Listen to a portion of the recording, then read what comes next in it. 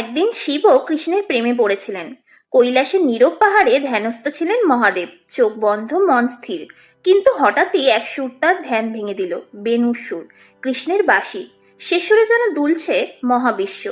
পাহাড়ের পাথরেও প্রাণ জেগে উঠেছে। শিব অনুভব করলেন এ কেবল সুর নয়, এ তো ভালোবাসার ভাষা।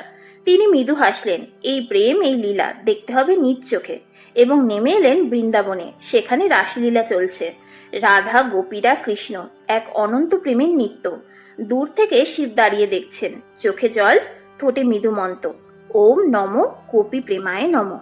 কৃষ্ণ হাসলেন, প্রভু তুমি কেন দূর থেকে দেখছো? এই প্রেম তো তোমারও অংশ। শিব বললেন, আমি ধ্যান জানি, কিন্তু প্রেম বুঝি না। কৃষ্ণ মৃদু হেসে বললেন, প্রেমই তো সর্বোচ্চ ধ্যান মহাদেব। সেই মুহূর্তে শিবের হৃদয় ভরে উঠল অদ্ভুত আনন্দে। আর সেই দিনই তিনি প্রেমে পড়লেন, কৃষ্ণের, তার সুরের, তার লীলার। তুমি কি মনে করো, প্রেম আর ভক্তি আলাদা কিছু, নাকি একই সত্তার দুই রূপ? কমেন্টে লিখে জানাও।